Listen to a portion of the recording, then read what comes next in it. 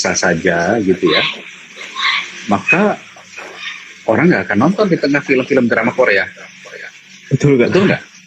Nah, saya harus memiliki gagasan besar bagaimana saya ingin menceritakan tentang sebuah keluarga Indonesia yang pada umumnya saya menggambarkan sekarang misalnya ada seorang keluarga, bapaknya namanya Rafta beserta istrinya, beserta anak, biasa saja pergi pagi, pulang sore, menjadi guru, nggak ada yang spesial. Betul Pak. Tapi tiba-tiba datang surat dari kerajaan Inggris yang mengatakan ternyata dia adalah cicit jauh banget dari kerajaan Inggris. Dan kebetulan kerajaan Inggris itu satu keluarga terkena pandemi COVID, sehingga yang mewarisi tahta kerajaan adalah cicit yang ada di Rafta. Ya, iya betul Pak. Itulah yang kemudian tiba-tiba seorang Rafta, keluarga biasa, tiba-tiba harus menjadi pewaris tahta kerajaan Inggris. Itu yang menarik. Itulah yang disebut dengan kreatif. Paham maksudnya ya? Iya Kak, paham. Harus ada sentuhan yang menarik, yang bisa menarik pasar gitu ya Kak ya? Betul. Tetapi saya pesan kepada adik-adik dan kakak pramuka, tolong jangan kreatif itu akhirnya menjadi sok pengen viral. Yang terjadi akhirnya membuat sampah lah dijadikan sembako, ya, atau membuat hal-hal yang hanya sekedar mengejar viral. Bukan. Kreatif itu berarti mengeluarkan ide, pikiran, gagasan yang menarik dan lain daripada yang lain. Ada sentuhan seni, ada sentuhan produksi, dan ada sentuhan tanggung jawab moral di situ. Baik Kak, cukup jelas mengenai tadi penjelasan Kakak tentang seorang pramuka, memungkinkan intinya gitu ya kayak dengan kreativitasnya seorang pramuka, betul. Baik Kak, selanjutnya Kak, menurut Kakak nih misalkan ada seorang pemuda dan juga khususnya pramuka gitu bisa memiliki bagaimana gitu Kak cara pramuka atau pemuda tersebut ambil andil dalam pembangunan di desa atau tempat tinggalnya, terutama mereka ingin menggerakkan masyarakat gitu, ayo kita ikut ekonomi kreatif nih, seperti itu Pak kurang lebih. Iya. Saya sering ke desa-desa dan saya sering bertemu dengan warga, dengan masyarakat. Sering diskusi juga dengan beberapa kepala desa. Mereka kan sekarang punya anggaran dana desa yang cukup besar. Tapi biasanya kalau saya suka tanya dana desa itu jadinya apa? Itu kebanyakan infrastruktur, menjadi jalan, menjadi jembatan, sedikit atau mungkin sekitar 20% menjadi sektor ekonomi desa atau BUMDes, ya. Lalu sedikit sekali juga untuk hal-hal yang sifatnya sosial. Nah, menurut saya perkembangannya akan sangat jauh karena fokus pada infrastruktur. Lalu saya melihat beberapa program mahasiswa-mahasiswa yang diturunkan ke daerah-daerah yang jauh, tertinggal, bisa di Papua, bisa di Kalimantan, di daerah-daerah pelosok. Mahasiswa-mahasiswa itu dari kampus-kampus besar ya yang membuat apa sih namanya PPL ya, apa sih namanya praktek kerja lapangan, bukan KKN Kak. Kalau mahasiswa namanya KKN Kak, kuliah kerja nyata, betul Kak. Ya. Nah, tetapi kuliah kerja nyatanya itu bukan hanya sekedar membuat laporan tetapi membuat sesuatu yang kreatif. Nyata. Misalnya satu contoh, di desa tersebut permasalahan utama adalah listrik. Oke? Maka mahasiswa-mahasiswa ini kemudian melakukan riset potensi, apakah potensi itu dari air, potensi dari matahari, dari angin, lalu mereka membuat semacam pembangkit mini untuk listrik. Bisa dari air tadi, putaran air. Kalau di sana anginnya kencang, maka mereka menggunakan angin. Kalau macam-macam lah, adanya apa di sana? Adanya sawit, adanya kelapa, adanya apa? Itu dipikirkan, diolah, akhirnya menjadi sebuah pembangkit listrik yang memberikan penerangan bagi lingkungannya. Satu contoh, nggak ada pembangkit listrik, nggak ada ini. Mereka membuat yang namanya sepeda statis yang kemudian disambung dengan generator yang kemudian kalau digenjot itu akan menghasilkan listrik. Lalu mengajak orang-orang warga desa itu setiap pagi mereka untuk berolahraga selama beberapa setengah jam, lalu bergantian untuk menampung listriknya dalam sebuah baterai yang kemudian baterai itu akan menyala semalaman. Ini yang disebut kreativitas. Betul. Ya. Dan yang bisa melakukan itu adalah anak-anak muda yang kreatif. Jadi kalau ditanya tadi, apakah ekonomi kreatif ataupun kreativitas bisa dilakukan di desa? Bisa. Jawabannya adalah pengetahuan. Dan pengetahuan itu hanya bisa didapat ketika kita belajar, berwawasan luas, dan mau mencari. Jadi gunakanlah Google untuk mencari sesuatu yang bermanfaat, bukan mencari gebetan. Betul Kak. Oke. Kalau mengetahui tadi kita menganalisis dari kasus yang kakak ceritakan tadi, misalkan ada seorang mahasiswa atau pemuda yang melaksanakan KKN, artinya memanfaatkan peluang yang tersedia di kampung tersebut ya kayak, misalnya kampung tersebut airnya juga melimpah, kita manfaatkan tenaga airnya, seperti itu ya kayak, lebih kepada memanfaatkan peluang dan di mana anak muda ini bisa menemukan peluangnya di situ, seperti itu ya kayak, mungkin jelasnya. Betul. Ya, jadi artinya Pak, ekonomi kreatif itu adalah sesuatu yang memberikan nilai tambah.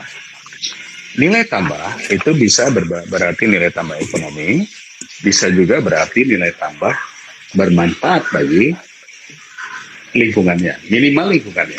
Apakah itu desanya, apakah itu apa namanya warga ataupun juga eh, kelompoknya. Nah, inilah yang disebut sebagai ekonomi kreatif. Baik Kak, terima kasih untuk penjelasannya Kak. Selanjutnya ada lagi nih Kak pertanyaan. Misalkan ini yang Ya, sering kita alami sih Kak, anak muda terutama ya Kak. Ketika kita sedang merintis usaha gitu dalam bidang ekonomi kreatif, katakanlah seperti kasus pertama tadi, seperti misalnya anak muda, misalnya saya ingin mendirikan coffee shop gitu Kak. oh, Kita kadang meyakinkan masyarakat, kebetulan misalnya di daerah saya adalah penghasil kopi, tapi bagaimana kita mengolah kopi sendiri agar itu bisa menjadi mahal ibaratnya, itu kita susah sekali gitu Kak meyakinkan masyarakat. Apalagi kita posisinya sebagai anak muda gitu Kak. Seperti yang Kakak ketahui, nggak semua, ibaratnya tidak semua masyarakat yakin gitu anak muda itu bisa gitu Kak. Masih ragu intinya kepada anak muda begitu Kak. waktu saya muda juga digituin orang-orang. Betul Kak. Jadi nggak usah, kalian tidak usah kecil hati, dianggap sebelah mata pun nggak usah kecil hati. Saya puluhan tahun juga sebagai seorang artis selalu dianggap bodoh, tidak mampu. Itu umum lah, ya. Umum. Tapi begini, menurut saya, seorang anak muda yang hebat, seorang pramuka yang baik, dia tidak pernah mengenal menyerah, dan dia selalu berusaha. Dan semua pedagang ataupun juga seorang pelaku usaha, itu nggak boleh berpikir untung, ya. Kak. Karena kalau dia berpikir untung, maka dia hanya mencari untung. Dia harus berpikir menguasai pasar atau market. Oke? Jadi begini, saya pernah membuat sebuah film, judulnya Badut-Badut Kota. Di situ ceritanya saya menjadi seorang orang biasa-biasa saja sebagai suaminya Baik Kak. Ayu Asari, yang jujur, yang tidak neko-neko. Suatu saat menemukan dompet, dikembalikan dompet milik orang kaya, lalu orang kaya ini tertarik. Dia nanya ke saya mau bantuan apa? Saya bilang saya mau jual usaha bebek goreng. Oke? Baik Kak. Bebek goreng, belum salah ya. Nah, kemudian diberi modal untuk membuat warung. Ternyata warungnya ya nggak ada yang belanja. Iya Kak, baik. Karena dia adalah pemula. Lalu dia mengumpulkan teman-temannya, dan teman-temannya itu di-create sedemikian rupa. Begitu ada orang lewat, orang-orang itu teman-temannya seolah-olah lagi ngantri mau makan. Oh iya, baik Kak. Ya, Betul Kak. dan memberikan komentar-komentar, waduh tambah lagi nih, enak nih, waduh apa segala macam. Orang yang lewat melirik, dan akhirnya tertarik. Oke? Itu juga adalah namanya bagian daripada marketing. Berarti selama tokoh saya ini ceritanya menggunakan kawan-kawannya untuk membantu, maka selama itu juga saya memberikan makanan gratis kepada kawan-kawan tersebut, kan? Oh iya, baik. Artinya apa? Artinya ada cost yang di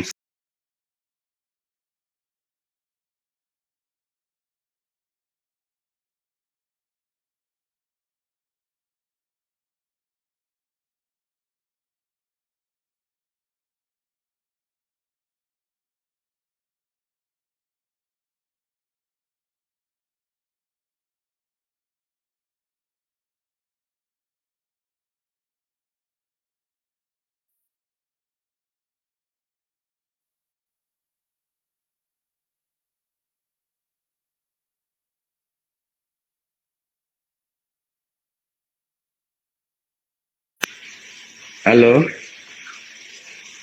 Sudah tersambung kembali. halo. Iya Udah? Kak, halo, sudah Kak, sudah baik. Oh, Terus sambung kembali Kak. Oke, ini pulsa kamu habis sekali ya. Kebetulan koneksi Oke, alhamdulillah saya Kak kembali baik. lagi ya. Ya, Saya kembali lagi. Artinya apa? Artinya seorang pengusaha startup, seorang pengusaha muda, yang dipikirkan adalah satu, pertama, jangan berharap untung, baik Kak. tapi membuat brand, meningkatkan nama baik, membuat market atau menguasai market baru. Jadi seandainya, satu contoh menguasai market, kalau kamu misalnya jualan kopi, kalau dalam radius 50 meter ke kiri dan 50 meter ke kanan banyak yang jual kopi, kamu jangan jual kopi. Betul Kak. Itu namanya kamu bersaing di Laut Merah. Ya dimana semuanya itu, Betul Kak. semuanya berjualan kopi. Kamu Jualan harus kopi. berjualan, kamu harus berjualan sesuatu yang dibutuhkan oleh peminum kopi. Kayak Nah, ini muter-muter aja. Masih kedengeran? baik Kak, masih Kak. Baik.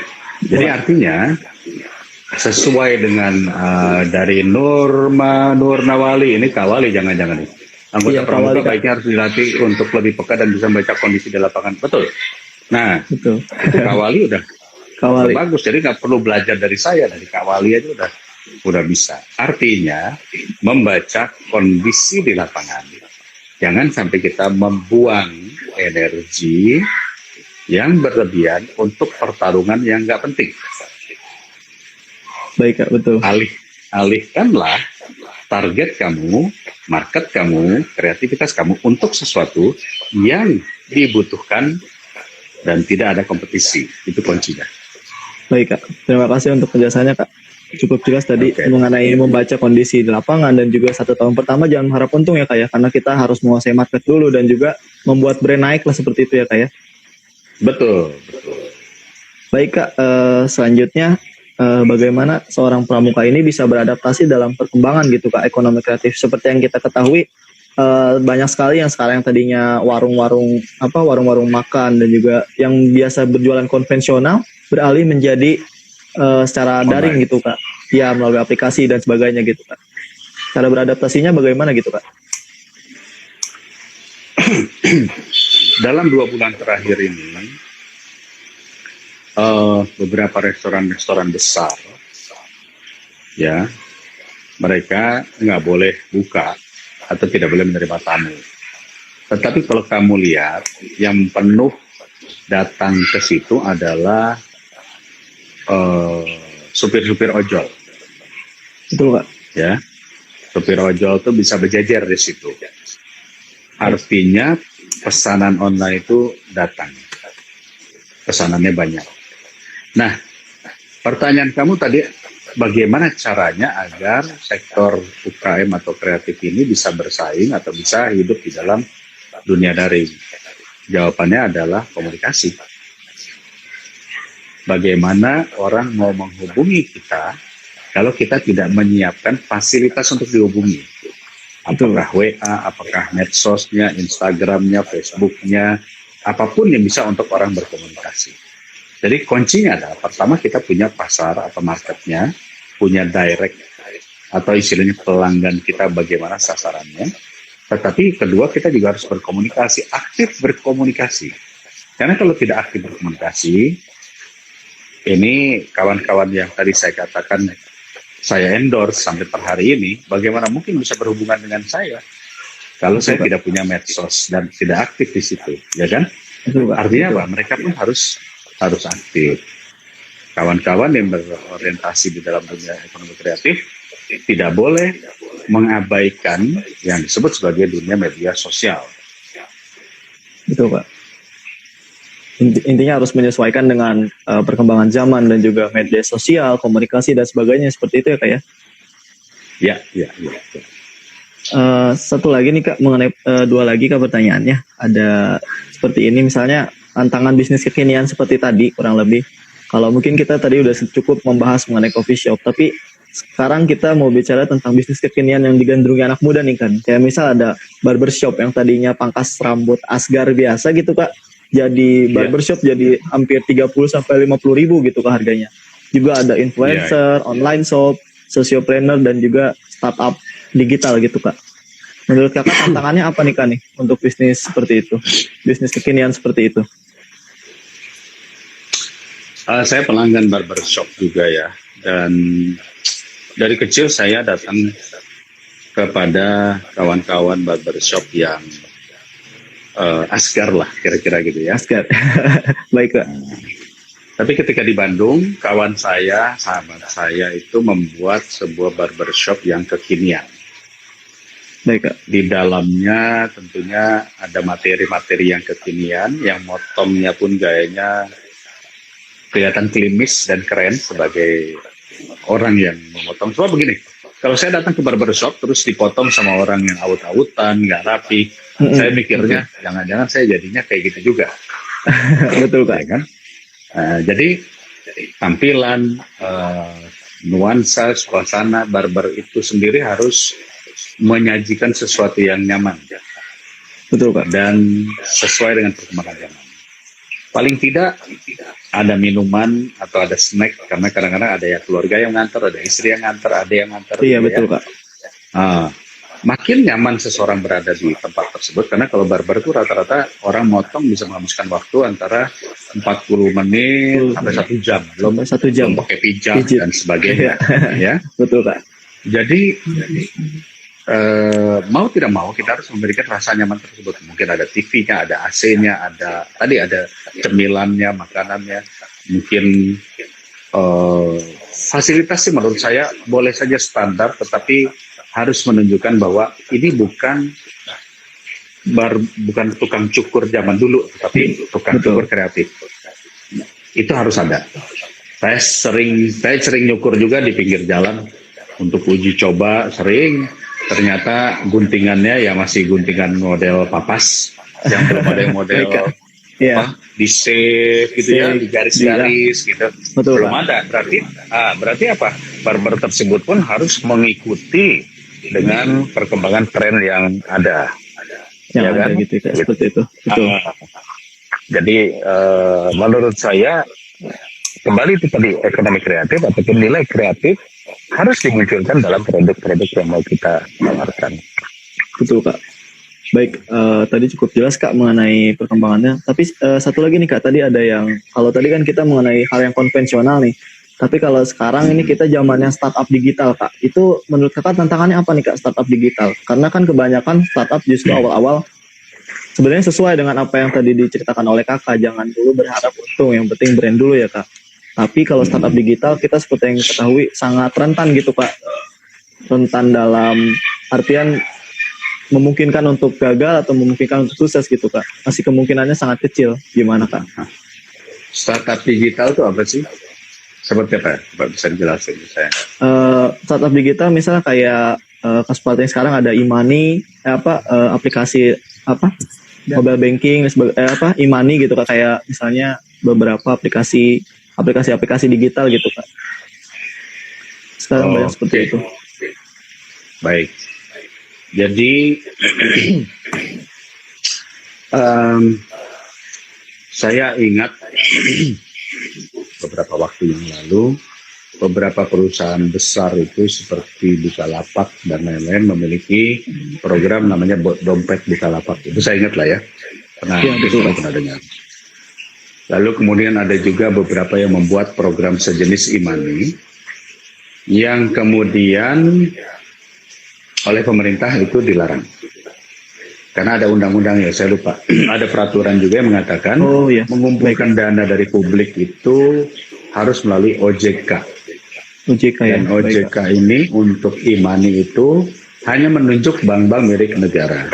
Sehingga tidak semua orang bisa bikin e-money sendiri, ya, artinya harus melalui peraturan-peraturan yang baku. Tujuannya apa? Untuk mengurangi penipuan, karena banyak juga penipuan. Kemarin kita sudah mendengar banyak yang mengumpulkan dana dari masyarakat dengan janji-janji A, B, C, D. Kenyataannya akhirnya uangnya terpakai untuk hal yang lain dan nggak bisa dikembalikan. Betul Kak. Jadi di situ disebutkan bahwa namanya keamanan data kita itu harus terproteksi dengan baik. Oleh karenanya, menurut hemat saya, untuk startup digital itu cuma 2 yang harus diperhatikan. Yang pertama adalah aturan. Harus sesuai dengan aturan, membaca semua aturan yang ada, baik itu undang-undangnya, peraturan Menteri Keuangannya, peraturan BI, dan sebagainya. Kalau ini sudah bisa kita ikuti syarat-syaratnya, maka kita bisa bermain di sektor tersebut. Semua perusahaan-perusahaan besar sekarang membuka dompet digital yang berkolaborasi dengan e-money yang ditunjuk oleh negara seperti Mandiri, BRI, mereka itu ada poin-poinnya. Yang fintech itu yang harus diwaspadai, ya. Apakah sering kita dapat tuh di SMS ya, pinjaman tanpa KTA lah, kredit tanpa agunan, dan itu yang harus kita hindari karena akhirnya menjerat masyarakat. Yang kedua yang harus kita pahami dalam startup digital ini adalah kolaborasi. Kolaborasi ini artinya tidak bisa kita maju sendiri. Kita harus berkolaborasi dengan pemain-pemain yang ada yang sudah berjalan duluan, atau figur-figur influencer yang memang memberikan influence dalam sektor tersebut. Ya, jadi sekali lagi 2 hal. Yang pertama, kuasai peraturan tersebut, jangan sampai salah. Aturan. Yang kedua adalah berkolaborasi dengan usaha-usaha lainnya yang sudah berjalan, sehingga ada timbul kepercayaan. Karena berkolaborasi itu ada due diligence, ada macam-macam ya. Lalu kemudian dengan influencer yang dimaksud ini bukan influencer selebgram yang hanya sekedar mengendorse, tetapi influencer yang memang bertanggung jawab. Karena tidak semua influencer itu bertanggung jawab. Saya waktu dulu memimpin Komisi 9, itu di bawahnya ada Badan POM. Saya melihat banyak influencer, selebgram, artis yang menjual produk atau mengendorse produk, justru produk yang palsu. Oh iya Pak, baik-baik Kak. Ya, belum mendapatkan izin dari BPOM. Justru produk yang berbahaya. Akhirnya saya mengundang artis-artis tersebut untuk duduk, memahami dulu bagaimana cara mengendorse produk. Gitu. Baik Kak. Intinya harus aturan dan berkolaborasinya harus dikuatkan gitu ya Kak ya? Ya. Baik Kak, selanjutnya nih Kak, kalau kita berbicara ekonomi kreatif, tentu mungkin kemarin-kemarin saya ikut pelatihan namanya social planner nih Kak, entrepreneur. Jadi kayak bisnis tapi dia tetap mengedepankan kebutuhan sosial gitu Kak. Kayak misalnya di bidang social planner ini ada bidang humanity dan juga konsultan pendidikan, bank sampah dan sebagainya, itu termasuk social planner nih kan nih. Kira-kira memungkinkan nggak Kak itu anak muda sekarang itu membuat social planner? Kalau mungkin kita yang ketahui sekarang social planner ada beberapa, diantaranya Disable ID Enterprise dan juga Waste for Change. Itu kurang lebih mengenai tentang kewirausahaan, tapi dia tetap mengutamakan kebutuhan sosial gitu Kak. Tantangannya apa Kak untuk bisnis social planner gitu Kak? Ini kamu memberikan saya pertanyaan yang bukan pertanyaan pramuka, ini pertanyaan soal ekonomi ya. Baik Kak. Dan kalau orang nanya konsultasi ekonomi sama saya, biasanya bayar ini. Baik Kak. Mohon izin Kak. Jadi ini namanya kuliah perekonomian. Tetapi begini, kalau saya akan kembali pada konteks pramuka ya, saya nggak mau membahas aplikasi-aplikasi ataupun social planner yang sudah ada, karena buat saya boleh-boleh saja orang bikin seperti itu. Tapi poin utamanya begini, yang disebut dengan social planner adalah pada dasarnya semua orang berjiwa ingin menolong pada dasarnya. Dan pramuka juga adalah pemuda-pemuda yang memang sudah dididik, dilatih untuk menjadi relawan atau menolong. Nah, ketika rasa ingin membantu, ingin menolong itu terwujudkan, lalu kemudian di-plan menjadi sebuah supporting, maka konsepnya adalah menggerakkan orang atau social market untuk bersama-sama melakukan sebuah perbuatan baik atau menolong.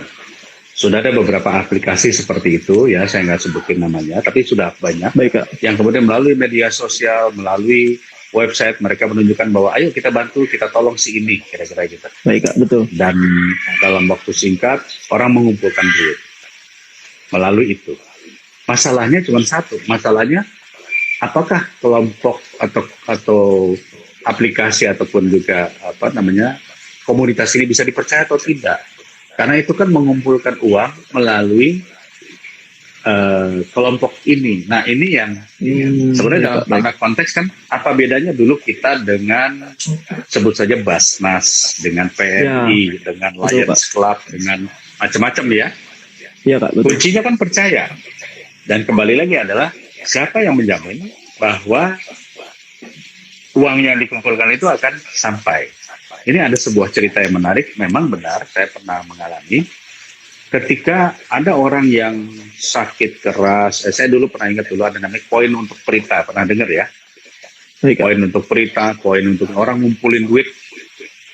Pertanyaannya yang diberikan amanah ini kan harus benar-benar amanah. Betul ya kan? Dan tidak mudah untuk itu. Oleh sebab itu, menurut saya, kuncinya adalah trust. Social planner apapun juga adalah trust. Kalau dia sudah memiliki trust selama bertahun-tahun dia melakukan bakti-bakti sosial, jadi bukan yang tiba-tiba menjadi social planner, enggak. Tapi dia sudah membuktikan selama bertahun-tahun dia sudah melakukan kegiatan aktivitas sosial, melakukan A, B, C, D. Biasanya ketika kemudian dia mulai memikirkan, yuk mari kita sama-sama membangun sebut saja ekonomi kerakyatan model seperti ini, misalnya gitu ya. Maka orang bisa saja tertarik. Nah, itu harus didukung juga oleh payung hukum yang kuat. Didirikan oleh notaris, didirikan oleh badan hukum, kantornya jelas. Ya. Orang-orang yang terlibat di dalamnya jelas. Sehingga kalau udah jelas, orang memberikan kepercayaan. Nah, ketika orang sudah memberikan kepercayaan, maka jiwa ingin menolong orang yang begitu banyak bisa disalurkan melalui hal ini. Saya pernah melakukan hal yang sederhana saja. Tapi contoh begini ya, kebetulan saya sering men-share, saya membagi-bagi sembako atau juga apapun kepada lingkungan, pada warga. Tiba-tiba ada yang masuk ke saya, ingin membantu juga. Bisa nggak saya membantu? Saya bilang boleh, silakan dengan senang hati. Saya bilang ayo kita sama-sama. Enggak, pengennya ngasih duitnya aja dititipkan ke saya. Ini yang berat. Oh iya Pak. Iya nggak? Iya betul Pak. Orang menitipkan uangnya kepada saya. Ya kalau orang ini kemudian percaya, kalau di kemudian hari orangnya malah menuduh, maka yang saya lakukan, saya bilang, oke, kalau mau menitipkan, ini belanjaannya, ini yang dibeli, dan ini dibeli. Semua proses itu saya kasih bon-bonnya, saya fotoin, saya sampaikan apapun pembagiannya, semua itu kita videokan, kita fotoin. Akhirnya tanggung jawab ini yang berat. Dan akhirnya saya mikir, udahlah saya nggak mau terima lagi deh. Karena apa? Belum tentu orang akan percaya begitu saja. Jadi sekali lagi, social planner ini, ya apapun itu juga kita menggerakkan orang, ya melalui aplikasi kayak, melalui program kayak, melalui apa saja, itu kuncinya adalah trust, kepercayaan. Dan ada payung hukum, artinya payung hukum, bolehkah lembaga ini, komunitas ini, orang ini melakukan pengumpulan dana atau kalau pramuka mengumpulkan dana itu boleh karena ada yang disebut sebagai undang-undang pramukanya ya.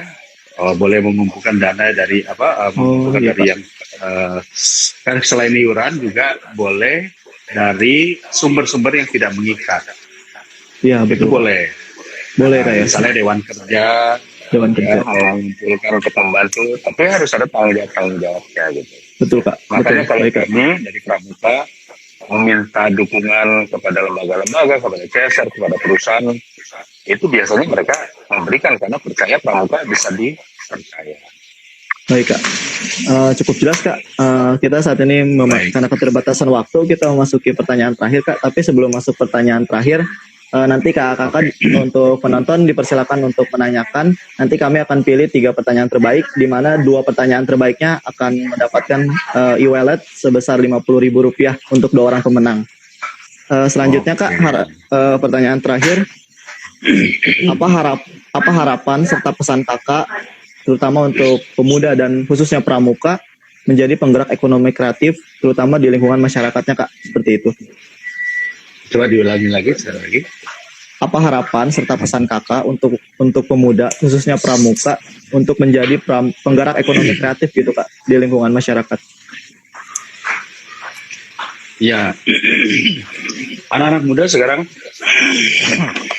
maaf, banyak terjun ke ekonomi kreatif. Saya perhatikan mahasiswa, anak SMA, semua mulai terjun ke ekonomi kreatif seperti makanan, ya, membuat model kayak gini, apa sih namanya, bags ya, bags gitu ya. Tadi Ya, ada mereknya, saya tote tutup. bag, ya, ya, Apa? Tote bag.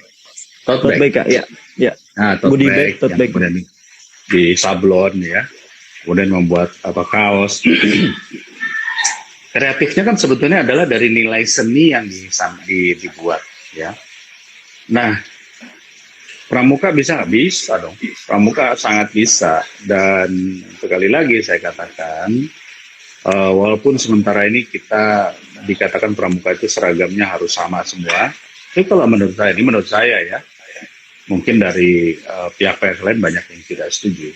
Justru berikan kesempatan pada generasi muda untuk mengkreativitaskan dirinya melalui berbagai kegiatan atau juga kreasi-kreasi. Jadi kita harus punya basic kapan kita menggunakan, satu contoh, PDH, kapan kita menggunakan PDL, kapan kita menggunakan baju PDU, kapan boleh juga kita menggunakan baju-baju hasil kreativitas kita sendiri yang tidak Betul, Pak. menggunakan nilai-nilai. Ya. Jadi artinya apa? Menurut saya unsur kreativitas di dalam dunia industri kreatif ini harus dimulai sejak dini. Ya, Betul, dengan Pak. cara apa? Dengan cara mendorong anak-anak pramuka, adik-adik kita yang muda-muda ini untuk tidak boleh dibatasi. Kamu nggak boleh ini ya, nggak boleh ini ya, nggak boleh itu ya. Makin dia dibikin nggak boleh, makin dia terbatas kreativitasnya. Tapi harus dimotivasi, didorong. Coba lakukan, ayo buktikan, ayo create sesuatu. Baru yang senior-senior, yang pembina, yang pandega mengarahkan. Oh, sebaiknya gini, jangan terlalu gini. Kalau bikin Garuda, lambang Garuda, miringnya nggak boleh ke kiri, harus ke kanan.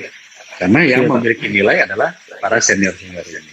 Jadi sekali lagi, menurut saya adalah menjadi pramuka yang baik, tetap kreatif, tanpa meninggalkan nilai-nilai. Baik Kak, terima kasih Kak. Kita sambil menunggu pertanyaan Kak, izinkan saya membacakan kesimpulan dari hasil diskusi Baik. ini. Pertama, atau kita jawab pertanyaan dulu nih Kak nih. Mau bagaimana Kak? Ini Kak Wali ini mengingatkan saya, Pramuka Ya. punya kesempatan besar untuk berkompetisi dalam ekonomi kreatif, baiknya sistem SKU dan SKK Pramuka dimutakhirkan. Itu juga, ayo dong Kak Wali bikin dong ya, saya tinggal nanti tanda tangan saja. Baik Kak, ini ada satu pertanyaan nih Kak, masuk dari Kak Dimas Kresno. Pertanyaannya adalah, bagaimana arah pengembangan ekonomi kreatif di era new normal oleh Pramuka sebagai penggerak, terutama dalam lingkungan masyarakat yang sulit mendapatkan akses dan jaringan yang luas Kak? Gimana nih Kak nih? Intinya mungkin lebih bertanya kepada di era new normal gitu Kak. Ya, saya tentu tidak bisa bercerita seluruh Indonesia bagaimana karena tiap case berbeda. Betul Kak. Tetapi dalam sepanjang saya keliling ke berbagai daerah, wilayah, ketemu dengan masyarakat, mulai dari kelas desa sampai kelas kota, saya perhatikan masalah akses ini adalah sesuatu yang sifatnya menjadi mahal sekali harganya. Ada contoh begini. Kita sebut saja petani wortel di Ciwidey. Ya, dia menanam wortel, tetapi di era pandemi ini dia nggak bisa jual. Oke. Yang kedua, dia tidak tahu harga. Sehingga akhirnya dia dibeli oleh yang namanya apa? Yang kalau beli langsung di petani itu namanya bukan pengepul lah. Ya, pengepul ya. Iya, betul. Ya. Jadi pengepul datang beli, istilahnya beli di ladang dengan harga sebut saja 2.000 per kilo. Pengepul jual ke bandar 5.000. Bandar jual ke pasar 15.000. Jadi yang untung siapa? Yang untung bukan petani, tapi middleman. Pengepul. Perantara ini. Karena kita bicara perantara ini. mulai dari petani sampai ke pasar. Ada Oh, pengepul, iya. ada bandar. Ya kan? Oh iya, baik. Nah, jadi artinya apa? Yang mendapatkan added value adalah middleman. Middleman ini adalah mereka yang memiliki akses dan informasi. Baik, Kak. Sehingga produk petani yang 2.000 per kilo sampai di pasar bisa 15.000 per kilo. Ini yang namanya akses dan informasi. Siapa yang menguasai akses informasi, maka dia menguasai ekonomi. Nah, Baik, Kak. inilah yang saya minta Pramuka. Bagaimana Pramuka sebagai penggerak di dalam masyarakat yang sulit mendapatkan itu, maka Pramuka harus menguasai akses dan informasi agar bisa membantu rakyat kecil.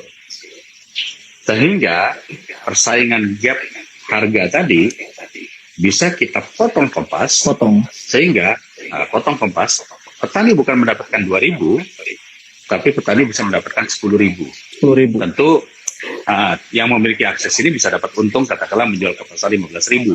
Tapi petani Ya, sudah diuntungkan dari 2.000 ke 10.000. Itulah peran Pramuka. Okay? Betul, Pak. Jadi Pramuka nggak boleh jadi tengkulak dengan menyembunyikan akses dan informasi, tapi justru membuka pasar. Membuka pasar dengan menyambungkan antara produsen dengan konsumen. Berarti Pramuka menjadi di sini di tengahnya adalah sebagai distributor, tapi distributor yang adil, distributor yang memiliki social justice tadi, keadilan sosial. Baik, Kak. Cukup jelas ya Kak Dimas Kres KRSN atas pertanyaannya. Terima kasih Kak Dede untuk pertanyaannya. Ada satu lagi pertanyaan dari Kak Bintang. Berat-berat semua ini. Jadi saya kayak lagi di ujian disertasi ini. Aduh, mohon izin Kak sebelumnya. Ini ada satu pertanyaan lagi nih Kak. Cara mempertahankan ekonomi kreatif tidak turun, bahkan selalu meningkat setiap waktunya gitu Kak. Ini kayak sepertinya penegak pandega semua Kak. Ya, saya mau protes sama Kak Wali. Saya bilang, saya pikir ini urusannya soal bikin tari kemali, bikin simpul. Oke. Berapa pentingnya ekonomi kreatif bagi bangsa Indonesia? Bagaimana cara mempertahankan agar ekonomi kreatif ini tidak turun bahkan selalu meningkat?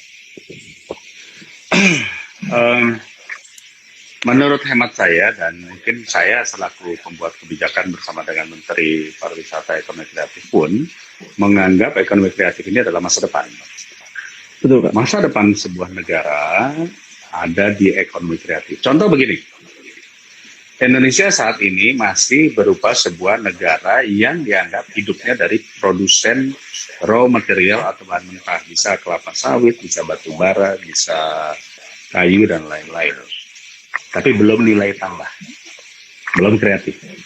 Apa yang disebut dengan nilai tambah? Ketika kita memiliki kelapa sawit, maka yang kita jual harusnya bukan ke biji kelapa sawit, tetapi palm oil yang sudah jadi. Artinya harus menjadikan biji kelapa sawit itu menjadi minyak palm oilnya. Itulah yang kemudian menjadi devisa negara. Bukan menjual biji batu baranya, tetapi mengolah batu baranya menjadi energi.